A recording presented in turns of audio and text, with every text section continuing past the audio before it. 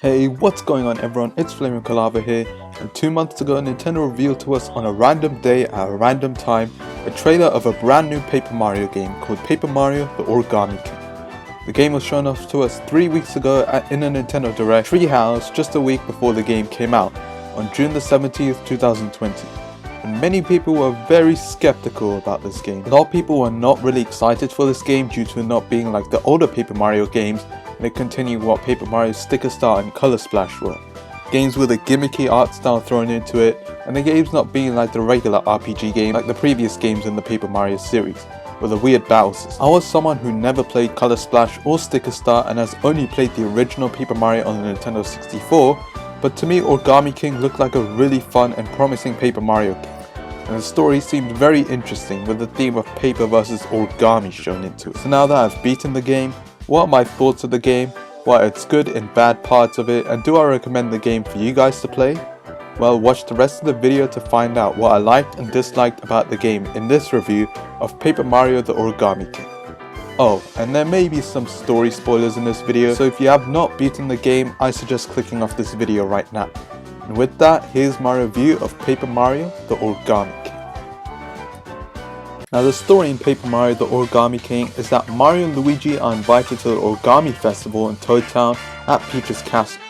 Once you get to Toad Town, you realize that there are no toads around, and once you get to Peach's Castle, Peach seems a little bit different.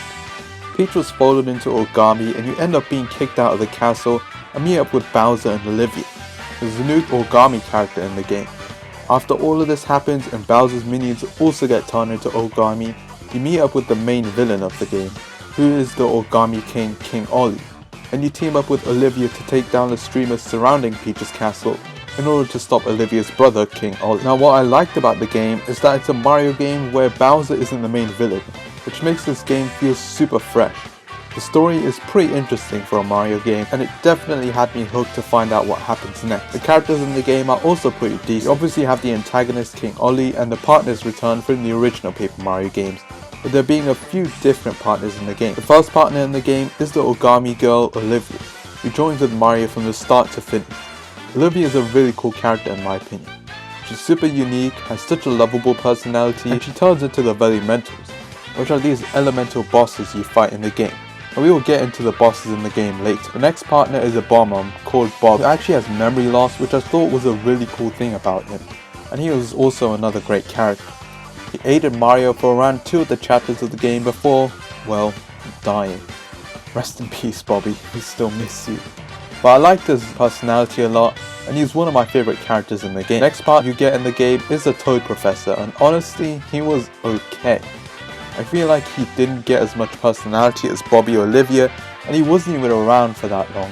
Not to mention that I feel like his character didn't end well, because you just end up leaving him at the desert part of the game. So honestly, he was just okay. And then the last partners are classic Mario characters, being Kamek, Bowser Jr. and Bowser himself, as a partner who helps you at the final part of the game. Overall, the game has some decent partners, and I'm glad that they come back in Origami. Now for the bosses in the game, there are 2 different types of bosses in the game. First of all, we have the main bosses for each streamer, which are regular office items such as colored pencils, tape, scissors, rubber bands. You get the point. Now at first I was a bit disappointed with this because these basic office supplies aren't really memorable or show any personality to them. Like, are you really going to go up to someone and say that staplers are the best boss on Origami King and compare that to some of the original bosses from other Paper Mario games? Then they seem very forgettable. I will say that they tried to make them feel like these bosses had at least a bit of personality, which I can appreciate. And I like some of these bosses too, with one of my favorites being the rubber band boss. It was actually quite tricky at first. The game also has you defeat an elemental boss in each streamer, in these temples called the Velimentals. And these bosses are also a lot of fun. You end up being able to turn into the Velimental after you beat them battle with Olivia, and these definitely seem a lot more memorable compared to the actual streamer bosses. These boss fights are really fun and were a welcome addition in Origami. Origami King is an open world Paper Mario game, and the game's chapters are split up into each streamer that surrounds Peach's castle. Each streamer brings you to a new location, and I love some of these locations. Some of my favorites are Shogun Studios, Autumn Mountain, and the desert area of the game, but I love all the locations of the game, and it makes the game have such an amazing and explorative world. The graphics in Origami King are phenomenal. The game seems to use Color Splash's engine, which isn't a bad thing since Color Splash looked great, but here it's definitely more improved. Places like Autumn Mountain or Picnic Road look so good. I know a lot of people are sort of ticked off with the paper gimmick, but honestly I love the art style of it and I honestly don't mind it at all. Now let's talk about the battle system and battle mechanics in Origami King. The RPG battle system in Origami King is a bit weird with the circle type ring battle system where you have to line the enemies up before attacking, and I really like this battle system. A lot of people didn't like it when we first saw it, and even I was skeptical about it at first. I thought that would be tedious lining up all the enemies up, but honestly it's not that bad. And you still have to time every attack like other Paper Mario games. In bosses you still have the ring system, but instead you need to make a path to the boss before attacking. There are also a few battle mechanics such as the Velimentals with Olivia and the 10,000-fold arms, which is an ability Mario can use in the game that lets him extend his arms to hit enemies in battle or let him uncover things in the overworld. The game is a bit on the easy side though, especially at the start of the game, and this might have to do with the game having no EXP from battles. It is a bit disappointing that the game doesn't have EXP.